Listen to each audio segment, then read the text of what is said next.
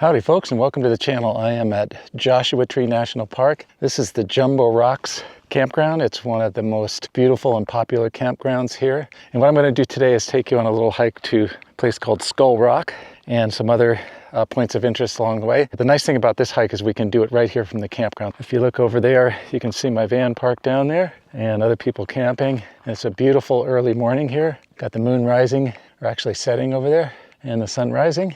All right, folks, so we're on the Skull Rock Trail. It's very pretty. I don't know if you can hear it behind me, but that rig there is running a generator. I'm wondering if some of these people haven't heard of solar yet, but I don't know. I think it's pretty obnoxious to run generators in a campground. But that's just me. We got some nice stairs going up here. It's pretty cool. And it says this hike is 1.7 miles. So it's an easy hike, but it's really pretty. Sun rising over there. You note that there's some plaques along the way explaining some of the vegetation. This is the Mojave yucca. This is the creosote bush. It's one of the most common plants in the desert, and I think it may not be native actually, but you can see it's all over. I'm going to show you a view over the campground. You can see what a beautiful campground it is among the Jumbo Rocks. It's a gorgeous morning. I'm really glad to be out. Mix of sun and clouds make for dramatic lighting. Here's a fabulous example of a Joshua tree. More than 80 million years ago, the granite rock formations you see here were molten rock beneath the surface. Cooling and solidifying in later exposure to erosion left them in their present shape. This is the pencil cholla, which grows 2 to 5 feet high, generally in loose gravel or rock crevices. Look for slender, woody joints. Goat nut, deer nut, and coffee berry are common names for the jojoba plant. This is a California juniper, a very common plant in Joshua Tree and all over the Mojave Desert, usually on mountain slopes. It's a member of the cypress family, and it's a beautiful tree. All right, folks, we're actually in a wash now.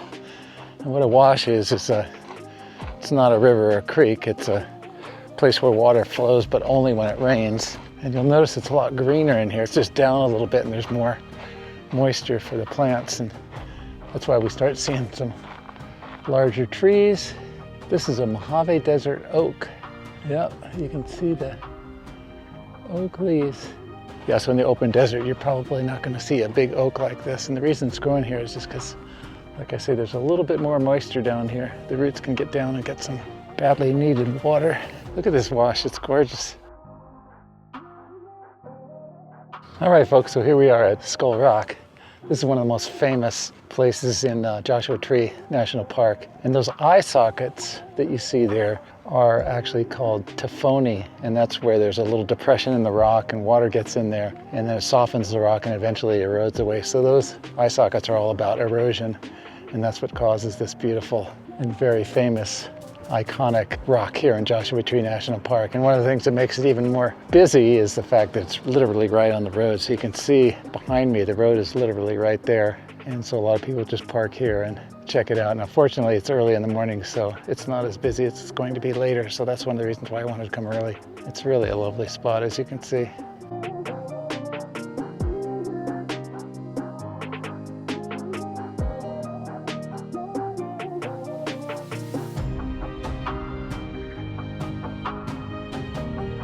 Okay, on the other side of the street from the Skull Rock is the Skull Rock Nature Trail. This was built by kids, from high school kids, I think. So we're going to go ahead and check this out. So what we did is we came from the campground here, and we're here at Skull Rock. And now we're going to do the Nature Trail and probably do the Discovery Trail as well. Probably head for Split Rock as well. So let's check that out.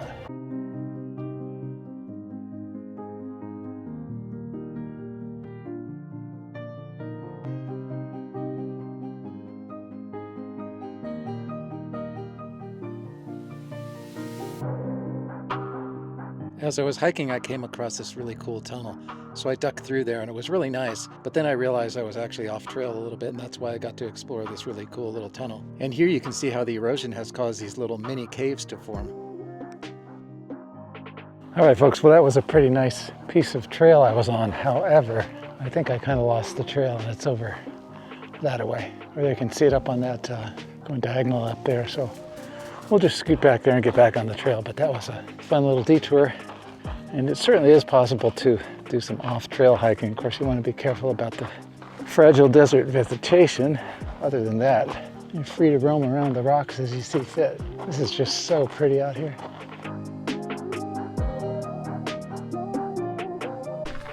Oh my God, look at this cactus here. That's amazing. Now I know there's a cactus in the area called the beaver tail cactus, and I'm not sure if this is it. But some of you out there who know your cacti will be able to tell me exactly what this is.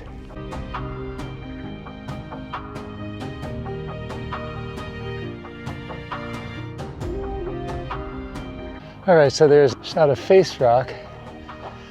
You can see, the mouth over on that edge. You can see it almost looks like there's a little smile there. And now you can kind of see a nose, and it looks like one eye, kind of. So I guess you got to use your imagination a little bit as we try to name these rocks after familiar items.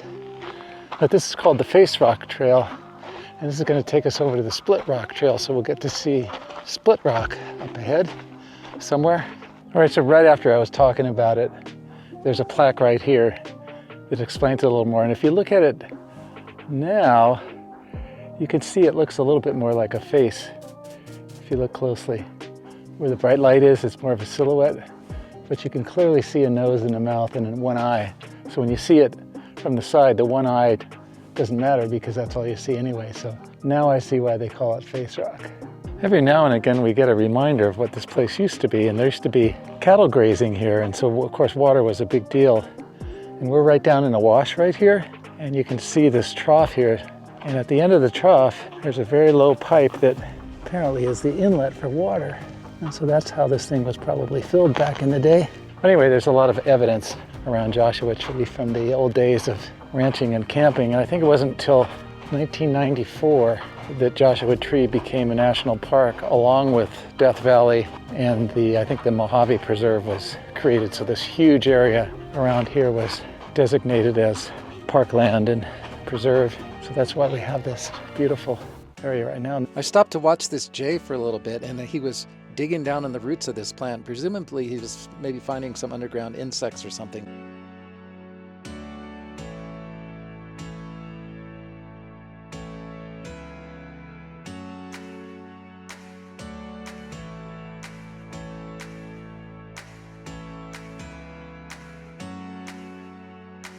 All right, so we're on the Face Trail, and this is going to be the Split Rock Trail, and you can see it's a loop. Let's see what the sign says here. There's the Face Rock Trail, the Discovery Trail, Skull Rock Trail, and this is the Split Rock Trail. And we'll go ahead and do it counterclockwise. Here's one of those beautiful juniper bushes. And then there's this rock outcropping here. This is a young Joshua tree growing straight up. They don't split until they flower.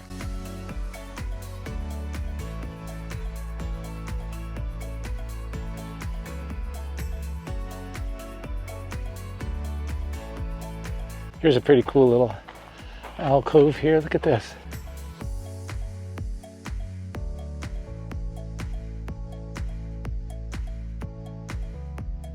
All right, folks, I'm at the kind of the top of the Split Rock Trail. It's quite a long trail, but it's gorgeous, and I'm at a point where you can really get a panorama view. The other thing I want to point out is that Skull Rock is right on the road. It's a total tourist feature. It can be extremely busy. There can be dozens of people there, but on this trail, I've only seen one other group, and now looking down the trail way down there, I see another group that's coming. But this is a really peaceful, beautiful hike. You definitely want to see Skull Rock because it's very cool, but hope you're enjoying this hike. We haven't gotten to Split Rock yet, but we'll see it soon. All right, folks, so here we are at a junction. Oh, see, my GPS map shows that the trail continues. However, it's billed as a restoration area. So I think maybe once there was a trail that went out here, but there no longer is. So that makes the decision easy. We're just gonna stay on the Split Rock Trail. And we still haven't seen Split Rock yet, so hopefully that's coming up soon because we're rounding the far side of the loop and starting to head back. So that probably means that the Split Rock is on the sooner part of the loop if you take it clockwise like most people seem to do. They definitely built some really cool stairs through here. Very nice. Beautiful trail. Well, folks, I think that's split rock with those two splits on the left side there. Kind of hard to see from this angle, but I'll get a more of a close-up. Here's another view. We're literally right under it.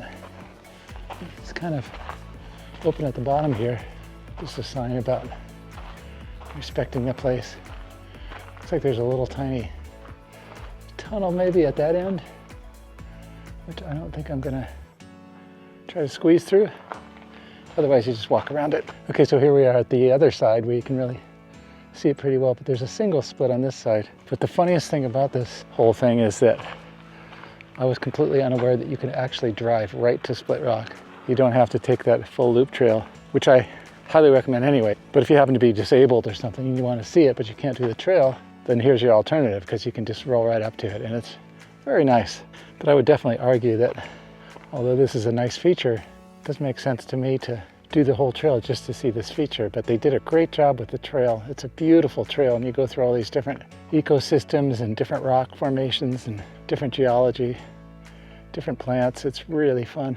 Anyway, so we're back at this parking area which you can drive to, but we are not back at the Skull Rock area, so we're going to need to continue on the trail to get back from where we started. Here's a great little tunnel for kids, around 3 feet high in there, maybe something like that. Again, I'm not going to force my old body through there, but so now I got to just go ahead and find where the trail continues. Yeah, there's a bathroom over there in the parking lot, so that's good to know. Presumably this is where the trail continues over here. All right, so now I'm back on the trail, and presumably this is going to take me back to where that junction was on the face trail. Then I can get back to the Skull Rock area, and then the other trail that I haven't done yet is the rest of the Skull Rock trail, the one that the kids made. So I'm going to do that. And just FYI, I've done about 3.5 miles so far. So all this hiking, it's really not that far. All right, folks, so we're back here at the junction, Face Rock Trail. So we're just going to go back on this trail, head back to the Skull Rock Trail, and then do the one bit that we haven't done yet. Walking back down the wash here. See, it's just a beautiful day. It's kind of overcast, partly sunny. It's just a perfect day for a hike.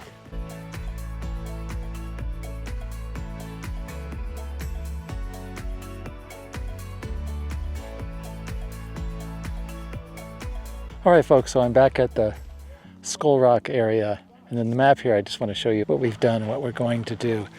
So what I did was started at the campground. I was way out here and walked up the road to here, did the Skull Rock Nature Trail, and went out and did the Discovery Trail. And this one goes to Split Rock Loop. Now to get back to the campground, I'm not going to backtrack here. What I'm going to do is take this Skull Rock Nature Trail and take it all the way back here to where it looks like where the campground entrance is, and then just walk back here. All right, so this is the nature trail done by the kids, and it says for kids, and you can see that it's a little bit tricky to get through here, which is cool. It's actually a nice trail. Okay. All right, here's another great example of how cool this trail is. Look at these stairs. They did a brilliant job on these. Like I said, this was, I think, Conservation Corps high school kids that built this trail. Really beautiful. Well, if you look over there, that's the campground. So we're getting back close to our destination. All right, so when all is said and done, I did about 6 miles on this hike. I'm approaching the road, and I'll cross the road and I'll be in the campground. But anyway, thanks for coming along. Hope you enjoyed the video. If you did, give it a thumbs up and subscribe. And until next time, thanks for watching.